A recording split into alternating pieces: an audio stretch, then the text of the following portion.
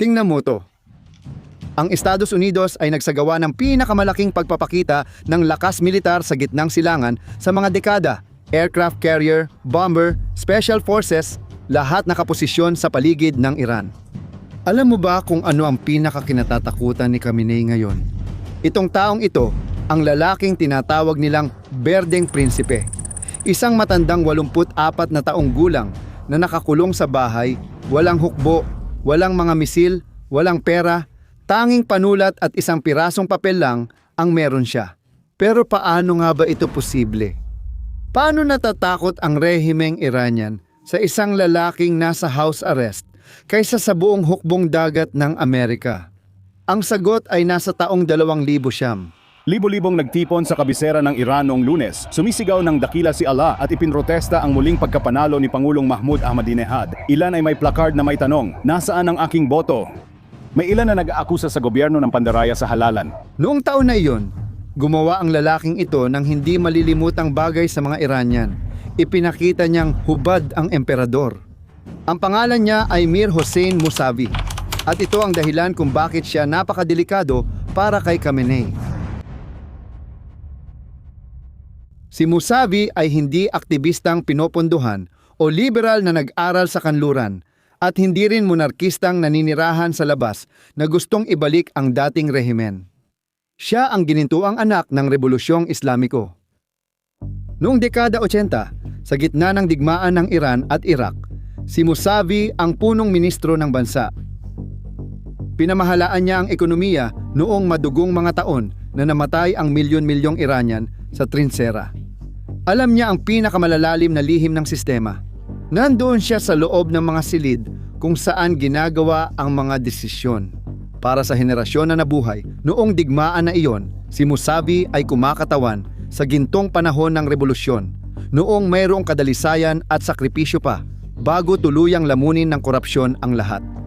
At iyan mismo ang dahilan kung bakit siya isang nakamamatay na banta. Kapag tinitingnan ni Khamenei ang mga kalaban na nakatira sa Estados Unidos, madali niyang masigawan, ahente ng imperialismo, traidor na gustong ipagbili ang bansa sa mga Amerikano. Pero paano mo magagawa iyon kay Mousavi? Paano mo tatawaging traidor ang taong namuno sa bansa noong pinakamahirap na digmaan sa makabagong kasaysayan ng Iran? Imposible iyon. Si Mousavi ay nagsasalita ng parehong wika ng rehimen. Siya rin ay relihiyoso. Siya rin ay may revolusyonaryong ugat.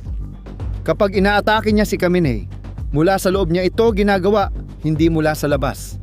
Parang ang mismong konsensya ng revolusyon ay bumabalik laban sa mga pinuno nito. Pero sandali, kung si Mousavi ay ganon kapanganib, bakit hindi na lang siya pinatay ng rehimen? Bakit siya pinanatiling buhay sa lahat ng mga taong ito? Dahil ang pagpatay kay Mousavi ay gagawin siyang isang martir agad-agad. Gumawa pa sila ng mas matindi, sinubukan nilang ipalayo siya ng buhay.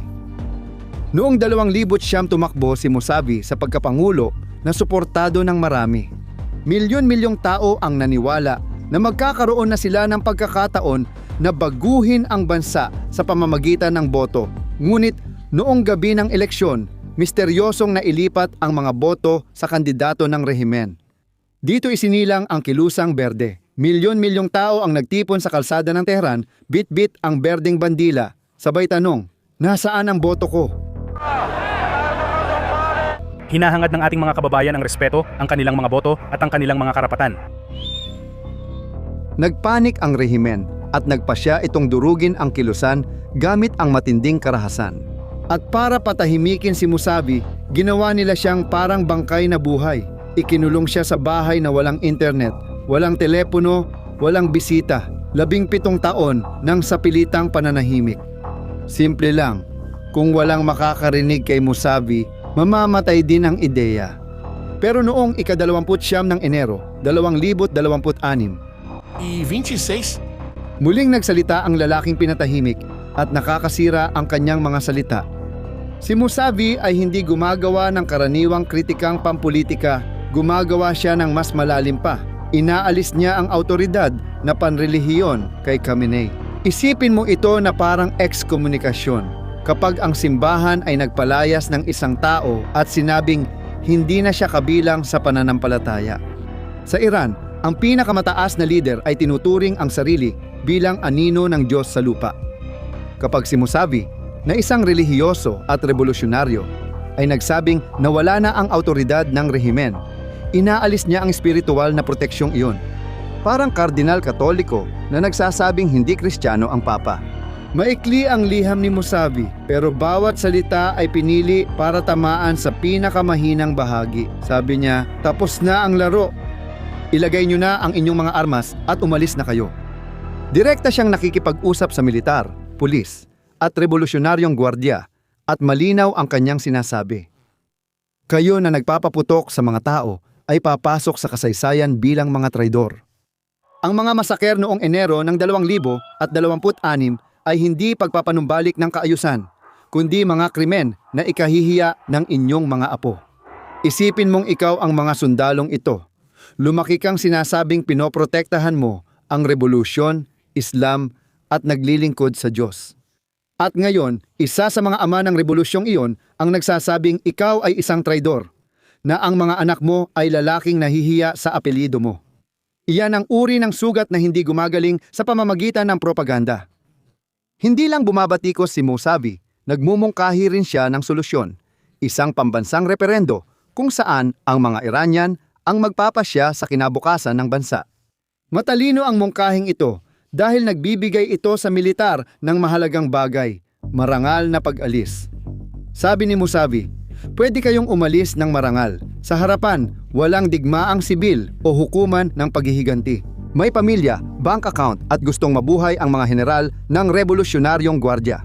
Kung ipagpapatuloy nila ang pagpatay, haharap sila sa hukuman. Pero kung tanggapin nila ang alok ni Musavi, may kaunting maliligtas pa at si Khamenei lang ang masasakripisyo. At ngayon, may isa pang manlalaro sa larong ito, si Reza Pahlavi, ang anak ng huling hari ng Iran. Para maintindihan kung sino siya, kailangan mong malaman na bago ang 1900 at 79 ang Iran ay isang monarkiya. Nang mangyari ang Rebolusyong Islamiko, pinaalis ang pamilyang Maharlika at ang anak ng hari ay nasa Estados Unidos na ng mahigit 40 taon. Kinakatawan niya ang pananaw na tuluyang wasakin ang Republika ng Islam at palitan ito ng isang gobyerno kung saan hindi kontrolado ng relihiyon ang Estado, na mas kahalintulad ng mga bansang kanluranin. Pero may malaki siyang problema. Itinuturing siyang malayo na hindi naranasan ang paghihirap ng mga tao. Para sa maraming konserbatibong Iranian, ang pagbabalik ng monarkiya ay nagbabalik ng alaala ng paniniil. Si Musavi, sa kabilang banda, ay mula sa loob at dahil dito mas delikado siya para sa rehimen. Pero heto ang hindi napansin ng karamihan. Hindi sinadya ni Musavi na piliin ang Enero ng 2026. Nag-antay siya ng 17 taon para sa tamang oras at dumating ito dahil sa nangyari 8 buwan bago. Noong Hunyo ng 2025, naganap ang digmaan ng 12 araw.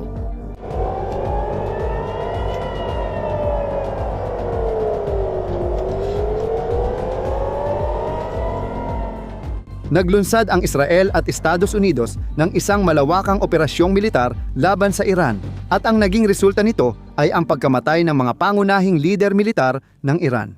Nagtagumpay ang Israel na mapatay sina General Hossein Salami, punong komandante ng Revolusyonaryong Gwardya, at General Muhammad Bagheri ng Sandatahang Lakas. Isipin mo ang epekto nito. Para itong nawala ng Estados Unidos ang pinuno ng Pentagon at ang komandante ng mga marino sa iisang linggo. Pagkalipas ng 8 buwan, ang sistema ng seguridad ng Iran ay litong-lito pa rin. Walang malinaw na lider at walang sinumang makapagbibigay ng utos na may autoridad. Kasabay nito, winasak ng Estados Unidos ang mga pasilidad nukleyar ng Iran. Hindi napigilan ng rehimen ang anuman. Ang kahihiyang militar na ito ang sumira sa alamat ng hindi matatalong Iran. At sa ganitong konteksto, naging napakalakas ng pahayag ni Musavi. Sabi niya, sa madaling salita, nabigo ang rehimen sa tungkulin nitong ipagtanggol ang bansa. Hinila nila ang bansa sa digmaang hindi naman nila kayang manalo. Kapag binibigkas ito ni Musavi, kinukumpirma lang niya ang nararamdaman na ng mga general sa kanilang isipan. Pero natatakot silang aminin. Lalo pang lumakas ang presyur mula sa militar. Noong Enero 2006 sinimula ng Estados Unidos ang pinakamalaking mobilisasyon ng militar sa gitnang silangan sa loob ng mga dekada.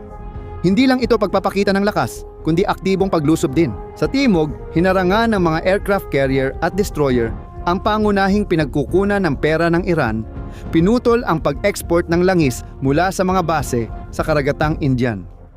Kayang umatake ng Amerikanong bomber sa alinmang bahagi ng Iran nang hindi pumapasok sa kanilang himpapawid at ligtas ang mga piloto. Sa Hilaga, ang espesyal na puwersa ng Amerika ay nasa mas mababa sa 300 kilometro mula sa hangganan. Napapaligiran ang rehimen sa 3 direksyon. Ito ang tinatawag ng mga military analyst na singsing ng bakal. At sa loob ng singsing na ito, ang rehimen ay nasasakal. Ito ang bahagi na walang nag-akala.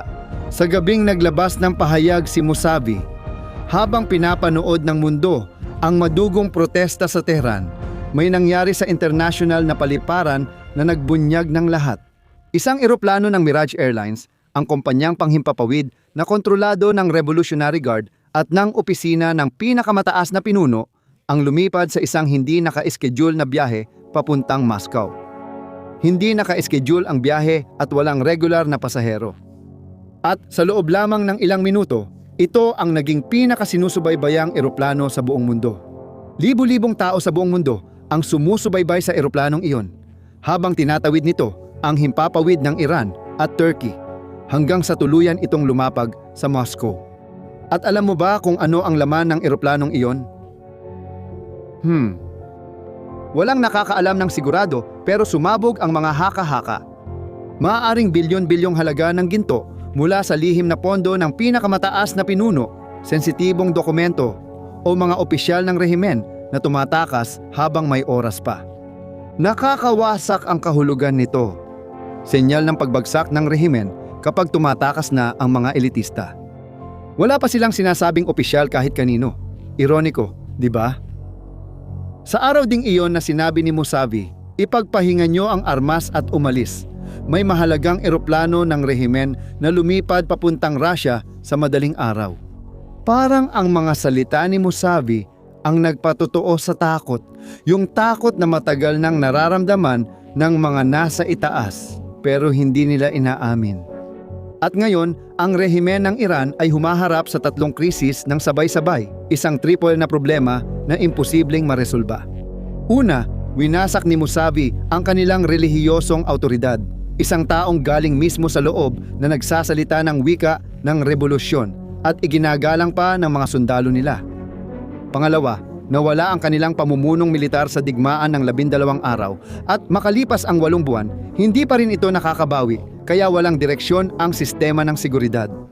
Pangatlo, napapaligiran siya ng bakal na singsing ng Amerika at di niya kayang ipagtanggol ang sarili. Hindi mo masosolusyonan ang isang problema nang hindi nawawala sa iba.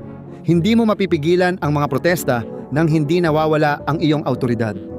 Hindi mo pwedeng baliwalain si Musavi nang hindi nagtatanong ang militar sa utos mo. Hindi mo rin kayang harapin ang Estados Unidos sa militar na paraan nang hindi masira. Narito ang katotohanang iilan lang ang nakakaalam. Kayang wasakin ng mga bomba ng Amerika ang mga gusali at tulay. Pero hindi mo kayang bombahin ang isang ideolohiya. Hindi mo kayang wasakin ang isang paniniwala gamit ang mga misil. Isang tao lang mula sa loob nagsasalita ng wika ng ideolohiya at iginagalang dahil bahagi siya ng revolusyon mula simula ang makakawasak nito. At iyan mismo ang ginawa ni Musavi ngayon. Inalis niya ang maskara ng rehimen gamit ang mga relihiyosong argumento para buwagin ang relihiyosong pamahalaan ni Khamenei. Hindi niya inatake ang Islam kundi si Khamenei gamit ang Islam. Iyan ang pagkakaiba ng Amerikanong bomber at Prinsipe Berde. Walang tiyak na nakakaalam sa susunod na mangyayari, ngunit ang rehimen ng Iran ay nasa hindi pa nararanasang panahon. 3 sabayang krisis na halos imposibleng maresolba, ang isa nang hindi maaapektuhan ang iba ayon sa mga analista. Ang relihiyosong autoridad ay kinukwestiyon mula sa loob. Pinugutan ng ulo ang lider ng militar. At lahat ng ito ay nangyayari habang napapaligiran ng isang makapangyarihang arsenal. Sa unang pagkakataon sa loob ng mga dekada, ang pinakamapanganib na banta kay Khamenei ay hindi mula sa labas kundi mula sa loob. Hindi ito galing sa aircraft carrier sa Golpo ng Persia kundi mula sa isang tahimik na bahay. Hindi ito galing sa Pentagon, kundi kay Prinsipe Verde na house arrest. Kapag bumagsak ang rehimeng Iranian, dahil ito sa taong naglantad na hubad ang emperador. At ang taong iyon ay hindi Amerikanong general. Isa siyang matandang 84 anyos na may hawak na panulat at papel. At ikaw, ano sa tingin mo? Kung bumagsak ang rehimen ng Iran, sino ang pinakamalamang mamuno sa bagong Iran? Si Musavi, ang Prinsipeng Berde na nagsasalita mula sa loob ng sistema, o si Reza Pahlavi, ang anak ng hari na nakatira sa Estados Unidos at kumakatawan sa isang ganap na pagbabago? I-comment ang iyong opinyon. Kung nakatulong ang video na ito para maintindihan ang nangyayari sa Iran, i-share mo ito sa isang kakilala na kailangan ding malaman at mag-subscribe ka sa channel para sa mas marami pang ganitong analysis. Hanggang sa muli.